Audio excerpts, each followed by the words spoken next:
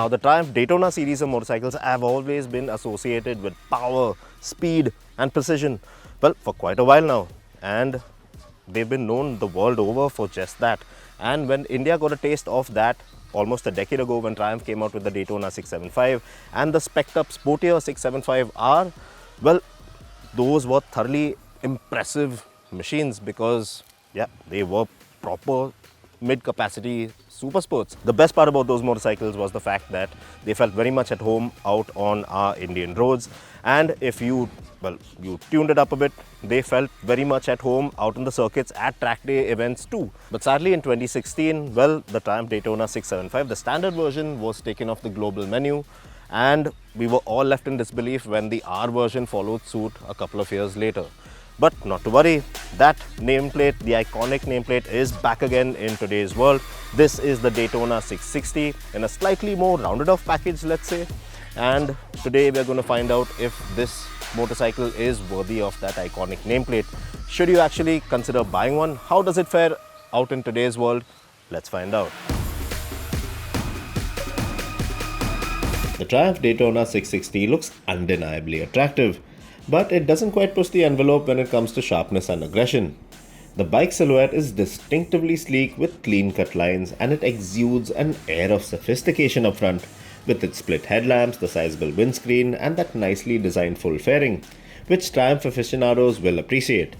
However, the tail section is very reminiscent of its siblings, the Trident 660, and it does look somewhat stubby, detracting from the overall sporty aesthetic that one might expect from a Daytona model. When parked, the three colors that are on offer won't particularly garner a lot of attention, apart from that of keen observers. The part negative LCD, part TFT instrumentation cluster has been lifted straight off the existing 660 models and now appears to lack a bit of freshness. Despite these critiques, the Daytona 660's design strikes as a commendable balance between form and function, even though it might not come across as being the sharpest tool in the shed. Alright, so in terms of functional features, well, tires, you have Michelin Power 5s on there, which are really good for the road, all things considering. You have twin discs up front, 310mm, 4-piston calipers biting down on them, some Triumph branding also. And yeah, they are very adequate for the performance of this motorcycle out on the road as well. And in terms of suspension, you have a Showa setup at both ends. You have a separate function fork, big piston fork up front, but sadly, it is not adjustable at all, not even for preload like how it is on the rear. And that is a bit of a downer because, well, although it feels quite nice out on the road, it keeps those heavy undulations up front at bay. But then the more you push this bike, the more aggressively you ride this motorcycle, well, it just feels, the front suspension just feels like it's going to lose its bearings somewhere, and it doesn't really match up to the entire Daytona kind of aspect and the vibe of it all. So that is a bit of a downer.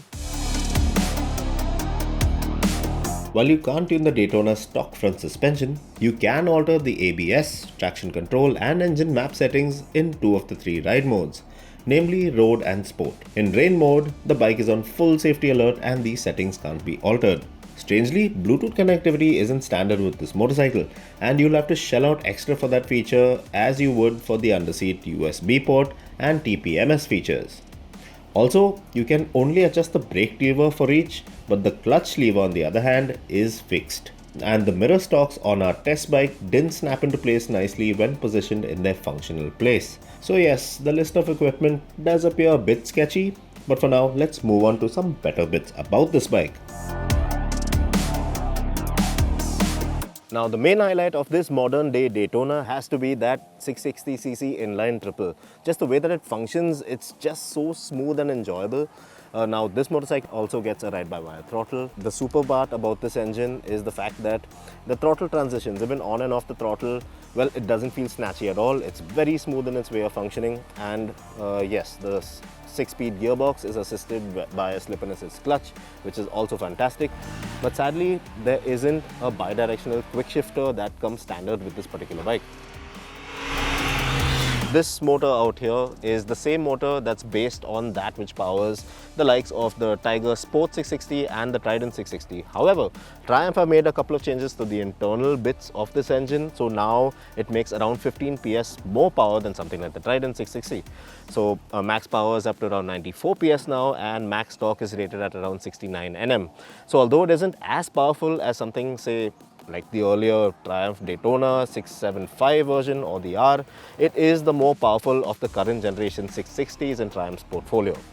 Also, now the airbox is a lot bigger and the position has changed as well. So on something like the Trident 660, the airbox is located somewhere here under the seat, but now it has shifted to the central portion of this motorcycle, and lower down the power band you can actually hear that intake noise, which according to me just enhances the overall riding experience of this particular motorcycle. Now, the older gen Daytona 675, especially the R, seemed admirably boisterous and eager to hurl its motorcycle exhaust slang at other road users, telling them to get out of the way the moment you whack the throttle open.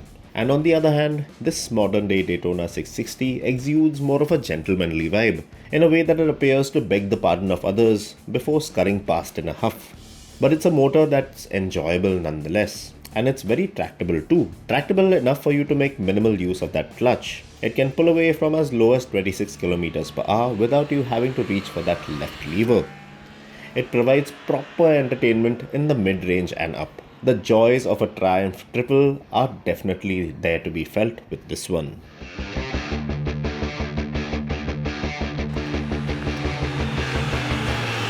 Well, anything above 4000 RPM, that's when this motor really starts getting fun.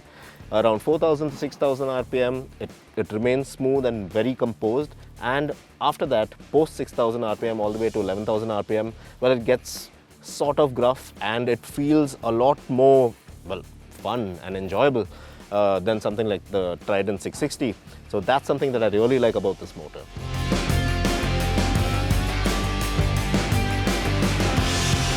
Alright, now in terms of riding position on the Daytona 660, well, it is rather sporty, but it's not overly committed.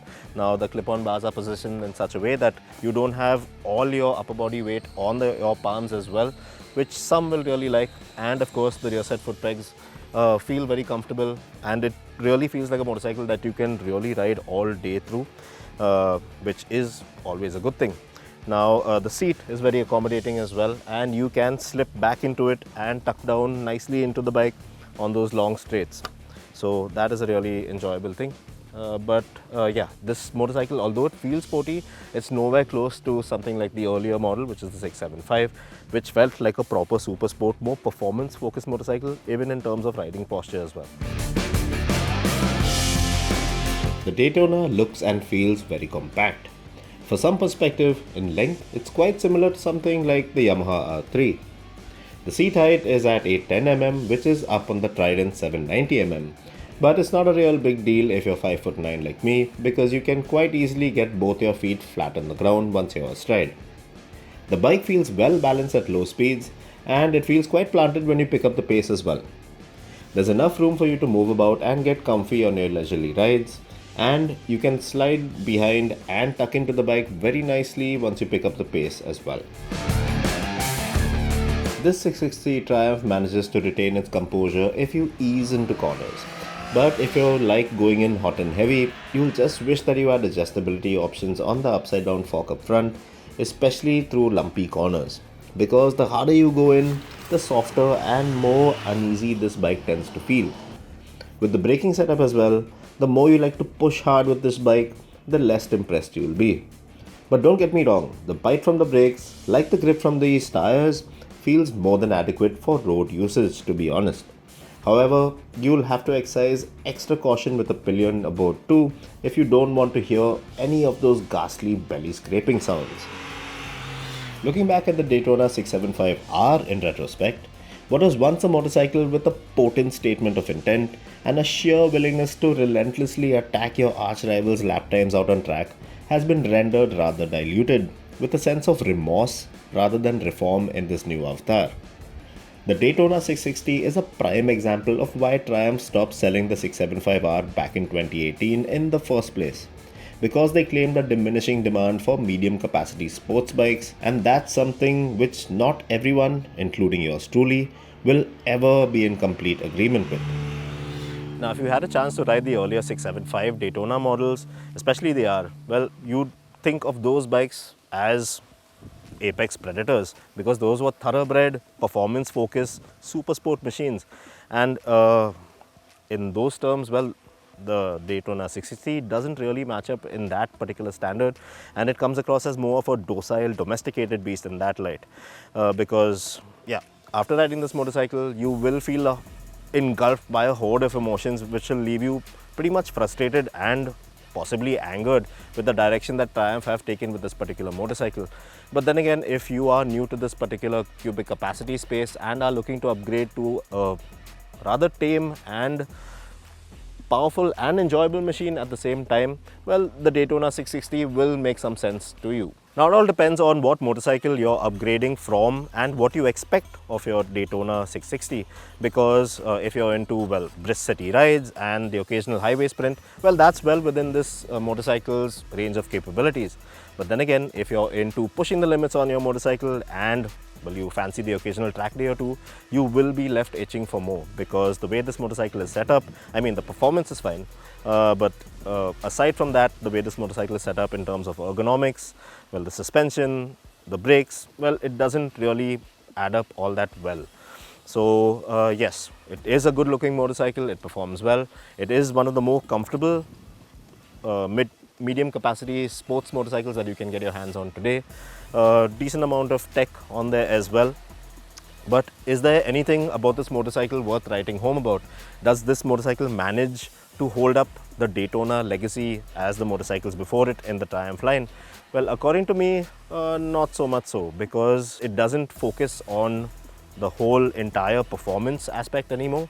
It is a lot watered down, and it doesn't really work for aged old me. But then again, there is a younger generation of riders, not so experienced, willing to step up into this category, that will really fancy this bike.